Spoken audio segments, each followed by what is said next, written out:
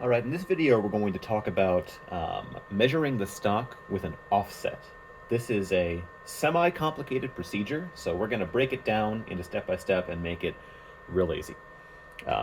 So the first time you'll do this in the universal clamp operation is after doing operation 3.1, but it'll tell you, okay, it's time to measure the stock. So you're going to bust out your calipers, and you're going to measure in 3 locations, each edge and the center, and you're going to write down the results as you go. So let's begin by measuring the right side.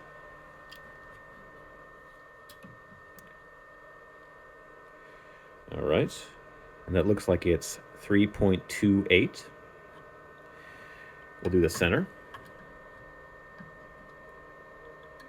And it looks like the center measures at 3.28 again, 3.285. Previous one was 3.287. And the left edge looks like it measures at 3.289. So that's actually pretty close.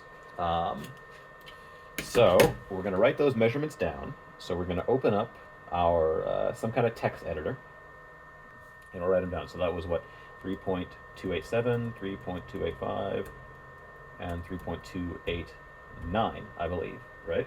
So we've got those written down. And we're going to calculate the average of them. So we'll open up a calculator. 3.287 plus 3.285 plus 3.289 divided by 3, and we get 3.287 is our average, 3.287. All right, easy enough so far, just some basic measurements in math.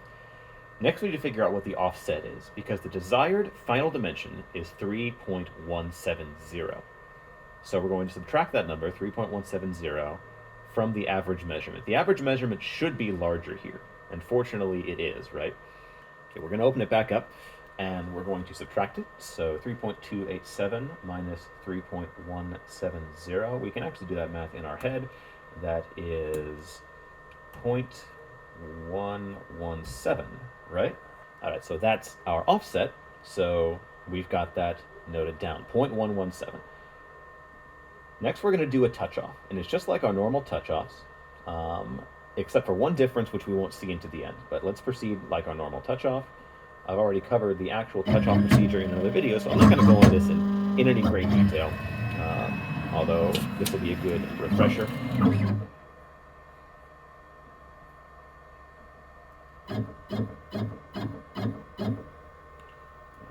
One more.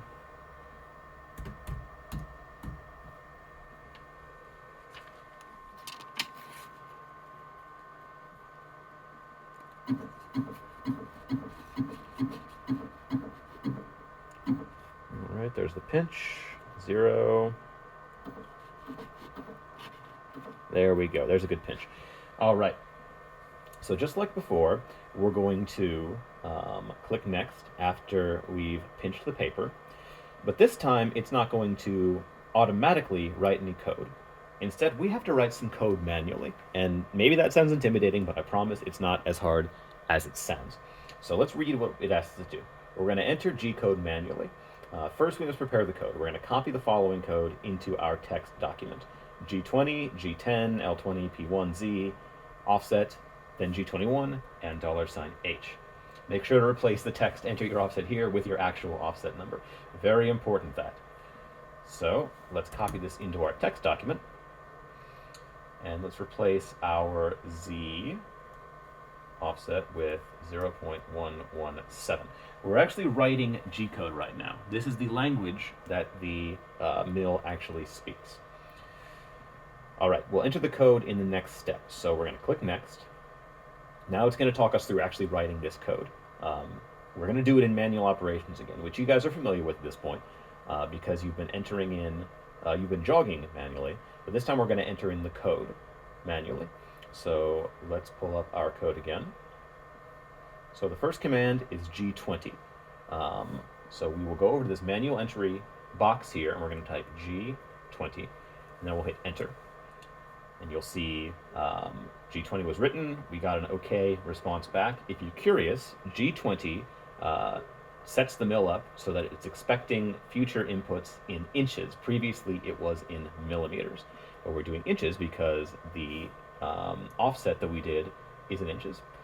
Now we have our G10 command. This is a somewhat complicated command, and I don't need to necessarily break it down too much, but what it's essentially doing, if you get an error like this or a warning, you can ignore it.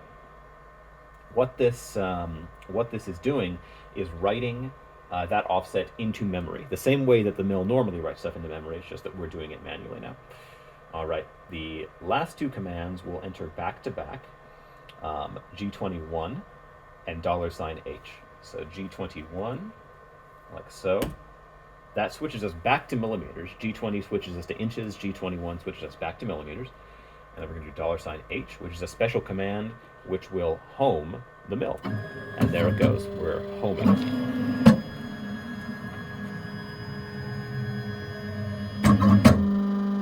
Alrighty, and that's all there is to it. We can now close the manual operations window.